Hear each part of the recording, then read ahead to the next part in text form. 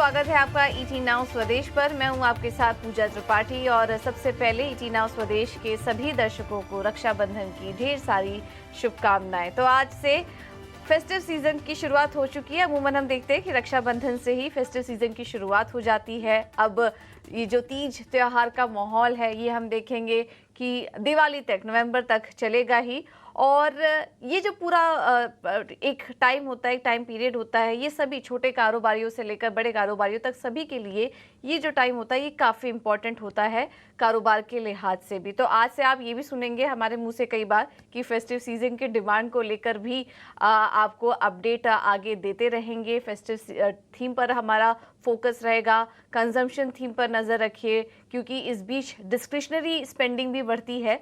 तो ये तमाम थीम आने वाले समय में फोकस रहेंगे क्योंकि आज से फेस्टिव सीजन की शुरुआत भी हो चुकी है। तो चलिए ईटी नाउ स्वदेश के सभी दर्शकों की इसकी ढेर सारी शुभकामनाएं। और इस मौके पर 12:30 बजे हम आपके लिए एक खास पेशकश भी लेकर आएंगे, वो ज़रूर देखिएगा, मिस मत कीजिएगा। अब आगे बढ़ते हैं और अब नजर डालते हैं ग्लोबल क्यूज पर। हफ्ते का पहला कारोबारी सत्र ग्लोबल क्यूज पॉजिटिव ही नजर आ रहे हैं। अगर गिफ्ट निफ्टी की देखें तो शुरुआत अच्छी हुई है, एक अपटिक के साथ करीब 80 अंक ऊपर गिफ्ट निफ्टी फिलहाल कारोबार कर रहा है। और अन्य एशियाई मार्केट पर भी नजर डालें तो शुरुआत ठीक ठाक ही है, ज़्यादा कुछ नेगेटिव संकेत नहीं मिल रहे हैं। हांगकांग के बाजार 218 अंक ऊपर हैं, चीन के बाजार भी पॉजिटिव दिखाई दे रहे हैं। जापान और कोरिया के बाजार थोड़ी देर पहले काफ़ी कमजोरी थी यहाँ पर, लेकिन निचले स्तरों से यहाँ पर भी रिकवरी की कोशिश हो रही है। हालांकि अभी भी लाल निशान में है, लेकिन थोड़ी रिकवरी यहाँ पर देखने को मिल रही है। और गिफ्ट निफ्टी से पॉजिटिव संकेत इस वक्त दिखाई दे रहे हैं।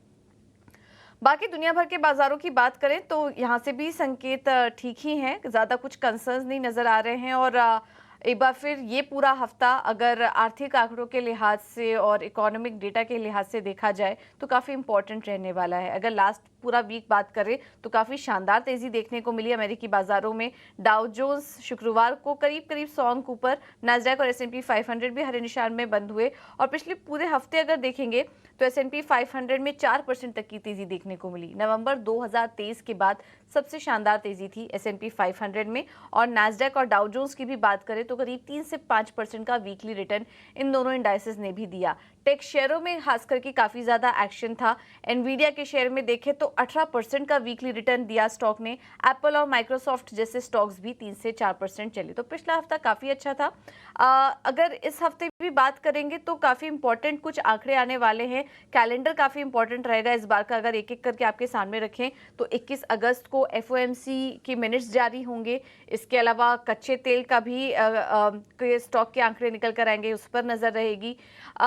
और 22 अगस्त को इनिशियल जॉबलेस क्लेम के आंकड़े आएंगे, PMI के आंकड़े आएंगे, ये भी काफ़ी इंपॉर्टेंट होंगे। और उसके अलावा जैक्सन होल की बैठक भी शुरू होगी, 22 से 24 अगस्त के बीच चलेगी। और इसमें 23 अगस्त को फेड चेयरमैन इस बैठक को संबोधित करेंगे। मॉनेटरी पॉलिसी ईजिंग को लेकर क्या कुछ कमेंट्री आती है, क्योंकि हम देखेंगे कुछ अब सितंबर में फेड की पॉलिसी भी है, तो उसमें क्या कुछ कमेंट्री निकल कर आ रही है फेड चेयरमैन से, ये सुनना काफ़ी इंपॉर्टेंट होगा। तो काफ़ी इंपॉर्टेंट बैठक होने वाली है, खास करके फेड चेयरमैन के कमेंट्स काफ़ी इंपॉर्टेंट होंगे।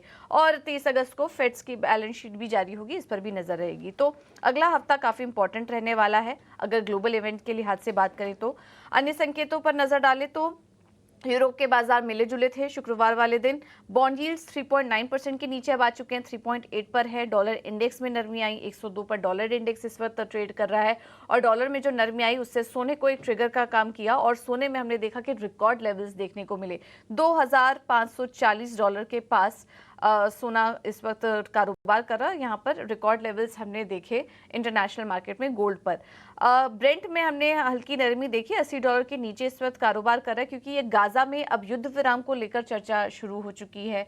इसके अलावा डिमांड भी ओवरऑल जिस तरीके से मंदी की चिंताएं थोड़ी कम हुई है, डिमांड बेहतर नजर आ रही है, उसके चलते भी हम देख रहे हैं कि थोड़ा असर आया है कच्चे तेल पर। और अब $80 के नीचे हल्की नरमी के साथ कच्चा तेल भी कारोबार कर रहा है। तो कुल मिलाकर बात करें तो अभी के लिए आज के लिए पॉजिटिव संकेत हैं ग्लोबल बाजारों से, लेकिन अगले हफ्ते के इवेंट्स जो है वो काफ़ी इंपॉर्टेंट होंगे और उस पर हमारी नज़र बनी रहेगी। FIs और DIs के आंकड़े एक बार देख लेते हैं। और यहाँ से भी आंकड़े ठीक ठाक ही हैं। कैश मार्केट में FIs में की नेट अगर देखें तो खरीदारी ही हुई है 770 करोड़ के आसपास की। कैश मार्केट में DIIs की तरफ से खरीदारी हुई है 2606 करोड़ की। इंडेक्स फ्यूचर में भी खरीदारी का ही आंकड़ा है 2323 करोड़ का, लेकिन इंडेक्स ऑप्शन में लगभग 10,019 करोड़ की यहाँ पर बिकवाली देखने को मिली है। लेकिन शुक्रवार के दिन हमने देखा कि भारतीय बाजारों में भी शानदार मोमेंटम था। क्लोजिंग काफ़ी अच्छे लेवल्स पर हुई और जो इतने समय से इंतजार किया जा रहा था कि निफ्टी 24,400 के ऊपर की क्लोजिंग दे, वैसा ही कुछ देखने को मिला। 24,500 के ऊपर की क्लोजिंग निफ्टी ने दी। बैंक निफ्टी ने भी 790 अंकों की ऊपर की क्लोजिंग बैंक निफ्टी में भी देखने को मिली है। अब आज के लिए कौन से लेवल्स इंपॉर्टेंट होंगे, क्या एक गैप अप ओपनिंग देखने को मिल सकती है, ये सब समझ लेते हैं। और हमारे साथ निफ्टी और बैंक निफ्टी का डेटा एनालिसिस करने के लिए डिम्पी काबरा जुड़ चुके हैं फोन लाइन पर। Dimpy, good morning. पहले तो आज रक्षाबंधन है, उसकी आपको ढेर सारी शुभकामनाएं। आपसे समझना चाहेंगे आज निफ्टी और बैंक निफ्टी का डेटा क्या कह रहा है। शुक्रवार की मजबूत क्लोजिंग देखने के बाद क्या आज कॉन्फिडेंस आ रहा है और तेजी का? शुक्रिया पूजा, गुड मॉर्निंग एंड रक्षाबंधन की आपको भी शुभकामनाएं। एक चीज तो आपने देखी होगी कि लास्ट ट्रेडिंग सेशन में हम कोइंसिडेंटली एक ऐसे सेशन में फंस गए थे जहाँ पे वापस ग्लोबल मार्केट आ गए थे। एक दिन की छुट्टी थी पीछे और फिर आगे छुट्टी थी, तो प्रेशर टिपिकली शॉर्ट में था और उनकी कवरिंग आना लाजमी हो गया था और कवरिंग आई थी। और आपने देखा एक ही दिन के अंदर दो इंपॉर्टेंट लेवल हील कर दिए मार्केट ने। पहला बैंक निफ्टी के हिसाब से 50,500 का लेवल हील हुआ, यानी कि ठीक होने के बाद उसके ऊपर की क्लोजिंग मिली। दूसरा, निफ्टी बार बार आपको 24,400 450 पे रुकता था, आप खुद नोटिस करते होंगे, लेकिन कल उसने यानी कि लास्ट ट्रेडिंग सेशन उसने उस लेवल को भी पार कर दिया और करीब 24,500 के आसपास की क्लोजिंग दी है। कुल मिला के कहने की बात आ रही है कि मार्केट की क्लोजिंग काफी अच्छी है, बैक ऑन ट्रैक आ चुका है बाजार इस समय। और जो ग्लोबल चिंता आपने ये बात भी कह रखी थी कि सारी ग्लोबल चिंताएं भी आप देख रहे हो वो 24,400-500 के ऊपर क्लोज होते ही वो खत्म हो जाएंगे। एग्जैक्टली वही हुआ है। और दूसरा पॉइंट ये है कि मार्केट के पास अगर कोई अनफोर्सिन खबर आ भी जाती है, इससे नेगेटिव गई, तो तभी उसके पास करीब अभी 400-450 पॉइंट है, क्योंकि 24,000 का रेजिस्टेंस अपने आप में काफी सपोर्ट वाला एक मार्क है। तो इसलिए 400 पॉइंट का नीचे का एक सपोर्ट, बहुत स्ट्रॉन्ग सपोर्ट है, वो भी खड़ा हुआ है बाजार के लिए। तो आज क्या करना चाहिए?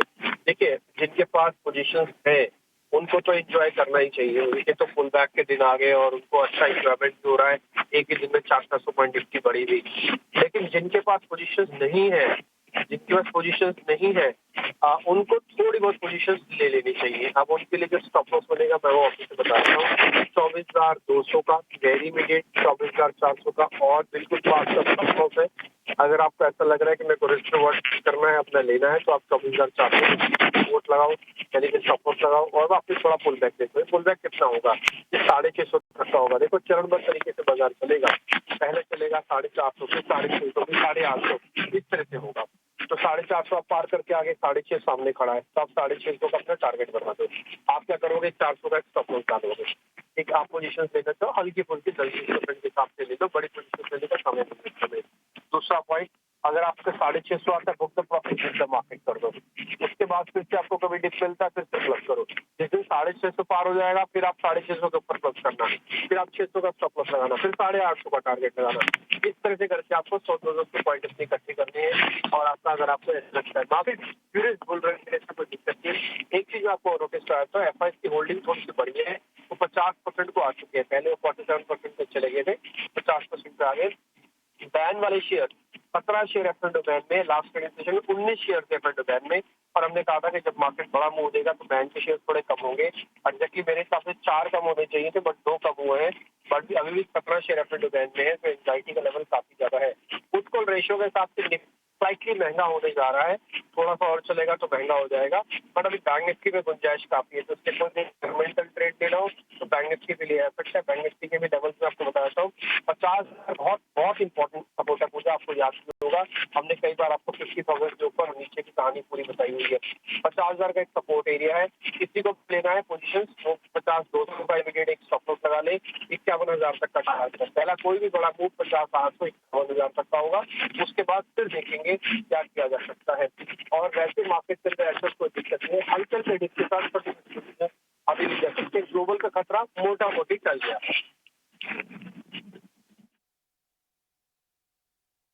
बिल्कुल, बहुत बहुत शुक्रिया डिम्पी, ये पूरा एनालिसिस करने के लिए बेहतर तरीके से। तो क्लियर कट स्ट्रैटेजी अपनाइए, जिनके पास है पोजीशन मार्केट में अभी फिलहाल होल्ड कर रहे हैं, तेजी को एंजॉय करिए। बाजार चलने के लिए अब तैयार हो चुका है, इंपॉर्टेंट लेवल्स जो हम नोट कर रहे थे अब उसके ऊपर बाजार आ चुका है, तो अब चलने के लिए रेडी है। जिनके पास है बने रहें, जिनके पास नहीं है थोड़ा थोड़ा करके यहाँ पर एंट्री लेना शुरू करें। लेवल्स आपको बता दिए हैं 24,650, उसके बाद 24,850, तो 24,400 के पास जितना मिलता है वहां पर एंट्री लेने की कोशिश कीजिए, अपने रिस्क रिवॉर्ड का ध्यान रखते हुए और स्टॉप लॉसेस का ध्यान रखते हुए यहाँ पर धीरे धीरे एंट्री लेने की कोशिश कीजिए। बैंक निफ्टी में भी यही सलाह आपके लिए। चलिए, बाजार पर एक और रणनीति देने के लिए हमारे साथ जुड़ चुके हैं नितिलेश पावस्कर जी। नितिलेश जी, थैंक यू सो मच।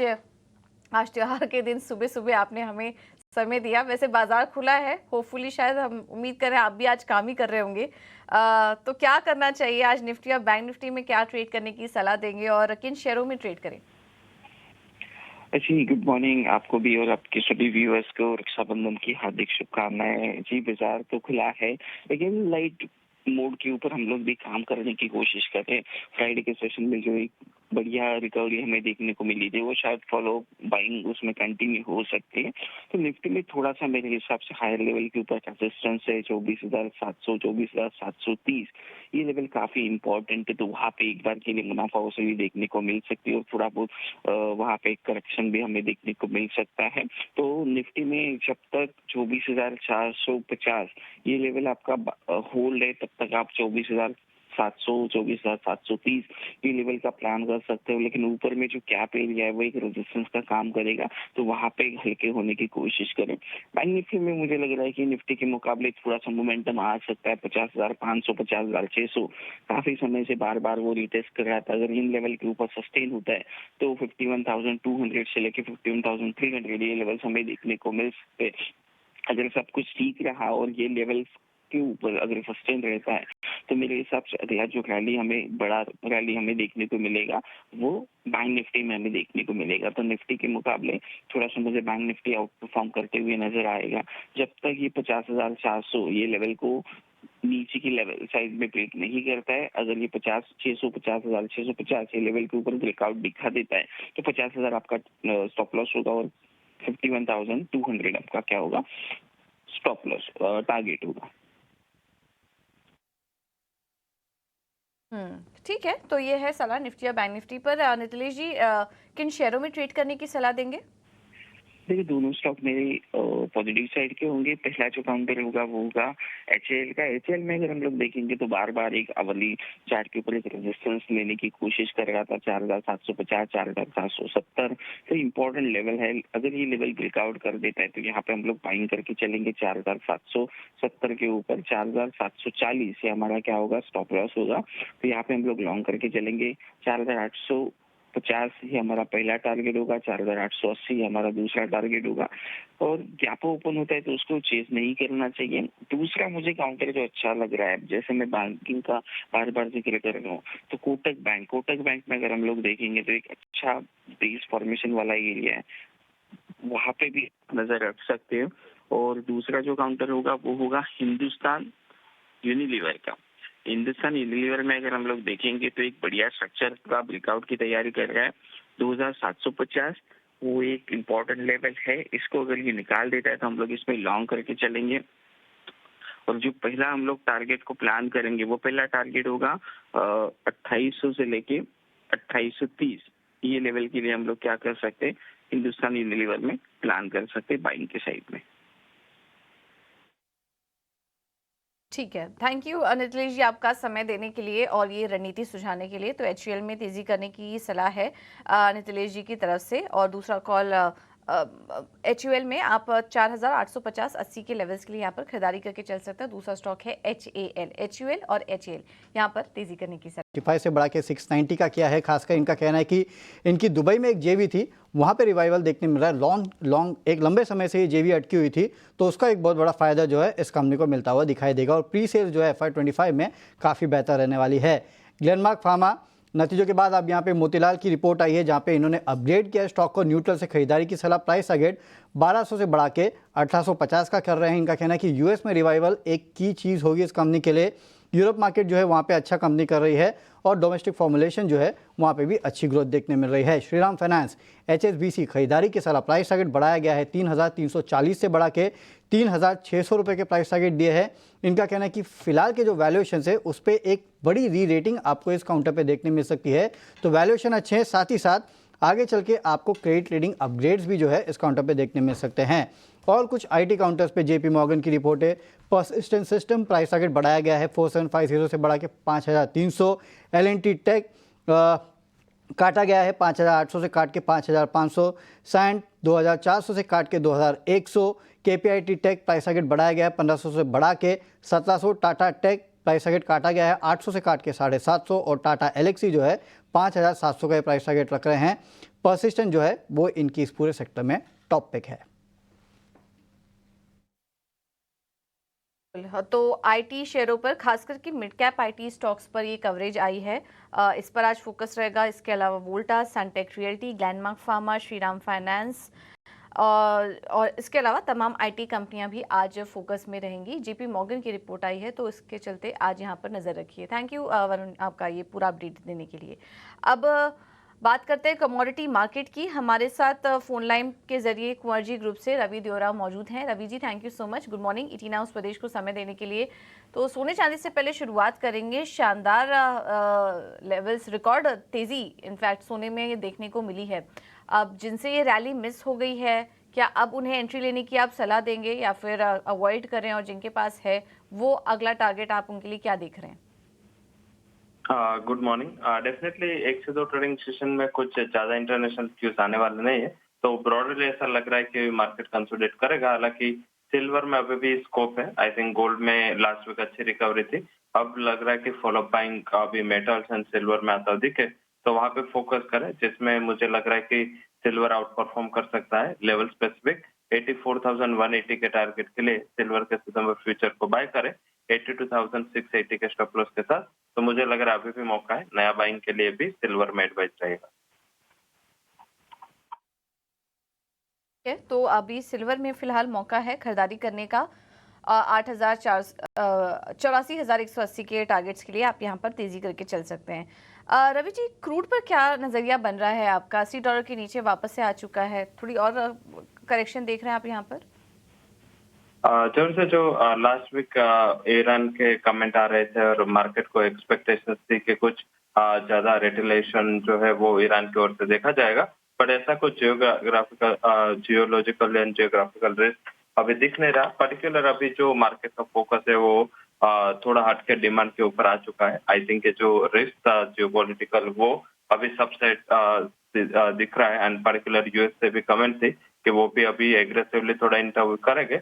तो आई थिंक ये थोड़ा फोकस में रखना है, बट मुझे लग रहा है कि थोड़ा डिमांड फैक्टर इम्प्रूव हो रहा है, एंड आई थिंक जिस हिसाब से ओपेक ने भी थोड़ा डिमांड के आउटलुक को पॉजिटिव किया है। मुझे 6350 पे बाइंग दिख रहा है, सितंबर फ्यूचर में बाय करें। स्टॉप लॉस 6290 का लगा और एक रिकवरी 6450 तक आ सकती है। Okay, thank you Ravi ji आपका ये रणनीति सुझाने के लिए। एक व्यू नेचुरल गैस पर भी दिया था, वो प्लेट आपके सामने चला देते हैं। सेल साइड की सलाह है नेचुरल गैस पर 182 के पास बिकवाली कीजिए, टारगेट होगा 173 का, और सिल्वर में खरीदारी करने की सलाह यहाँ पर रवि जी की तरफ से। थैंक यू आपका समय देने के लिए। अभी खबर का रुख कर लेते हैं, और आज वित्त मंत्री PSU बैंक और रीजनल रूरल बैंकों के साथ अहम बैठक करने वाली हैं। बैठक का क्या एजेंडा है ये बताने के लिए प्रकाश प्रियदर्शी हमारे साथ जुड़ चुके हैं। प्रकाश, बताइए। देखिए, आज वित्त मंत्री 2 इम्पॉर्टेंट बैठकें करने वाली हैं। जो पहली बैठक होगी वो पब्लिक सेक्टर बैंक्स के साथ होने जा रही है, जिसमें कॉम्प्रिहेंसिव परफॉर्मेंस रिव्यू जो है वो किया जाएगा। सूत्र हमें बता रहे हैं कि 6 की पैरामीटर्स डिसाइड किए गए हैं, जिसके आधार पर पब्लिक सेक्टर बैंक का जो परफॉर्मेंस है उसकी समीक्षा होगी। और जो पहला पैरामीटर है वो है deposit growth, public sector banks की जो असेट क्वालिटी है, और इसके अलावा जो क्रेडिट टू डिपॉजिट रेशियो है उसमें किस तरह का परफॉर्मेंस है उसकी समीक्षा की जाएगी। साथ ही साथ NARCL ने किस तरह के अकाउंट्स एक्वायर किए हैं, किस तरह के अकाउंट्स को एक्वायर करने जा रही है उसकी भी समीक्षा होगी। अभी तक जो इंस्ट्रक्शंस दिए गए हैं उस पर एक्शन, किस तरह के एक्शंस लिए गए हैं उसकी भी समीक्षा होगी। आगे की तैयारियां क्या है उसकी भी जानकारी बैंक से मांगी जाएगी। साथ ही साथ कई फ्लैगशिप स्कीम्स हैं, पीएम आवास योजना, पीएम सूर्य घर योजना, पीएम विश्वकर्मा योजना, उसकी भी समीक्षा होगी। डिजिटल पेमेंट्स, खासकर इश्यूएंस ऑफ विकसित भारत कार्ड की समीक्षा होगी और उस पर आगे की रणनीति तैयार की जाएगी। साइबर सिक्योरिटी के भी मसले पर चर्चा वित्त मंत्री करेंगी और बैंकों ने अभी तक क्या कदम उठाए हैं, आगे की क्या तैयारियां होगी है उसकी भी समीक्षा की जाएगी। जो दूसरी मीटिंग है जो कि दोपहर बाद है वो रीजनल रूरल बैंक्स के साथ है। सूत्र हमें बता रहे हैं कि 7 की पैरामीटर्स डिसाइड किए गए हैं जिसके आधार पर आरआरबीज के जो फाइनेंशियल परफॉर्मेंस है उसकी समीक्षा की जाएगी, जिसमें पहला ये है कि परफॉर्मेंस ऑन की फाइनेंशियल पैरामीटर्स। जो दूसरा क्राइटेरिया है वो है एग्रीकल्चर सेक्टर को ग्राउंड लेवल पर किस तरह से क्रेडिट मुहैया कराई जा रही है, टेक्नोलॉजी अपग्रेडेशन के मामले में क्या ग्रोथ है, एमएसएमईज के लिए क्या इनिशिएटिव्स लिए गए हैं, गवर्नमेंट फ्लैगशिप स्कीम्स में क्या प्रोग्रेस है और साथ ही साथ गवर्नमेंट की तरफ से जो हालिया कदम उठाए गए हैं उसका क्या इम्पैक्ट हुआ है। तो ये तमाम तरह के ऐसे की पैरामीटर्स हैं जिस पर आरआरबीज की समीक्षा होगी। बिल्कुल, तो ये कुछ अहम मुद्दे हैं जिस पर कि आज बैठक में चर्चा हो सकती है। तो आज सरकारी बैंकों पर नज़र रखिए। बहुत बहुत शुक्रिया प्रकाश आपका ये पूरा अपडेट देने के लिए। चलिए फिलहाल इस बुलेटिन में इतना ही।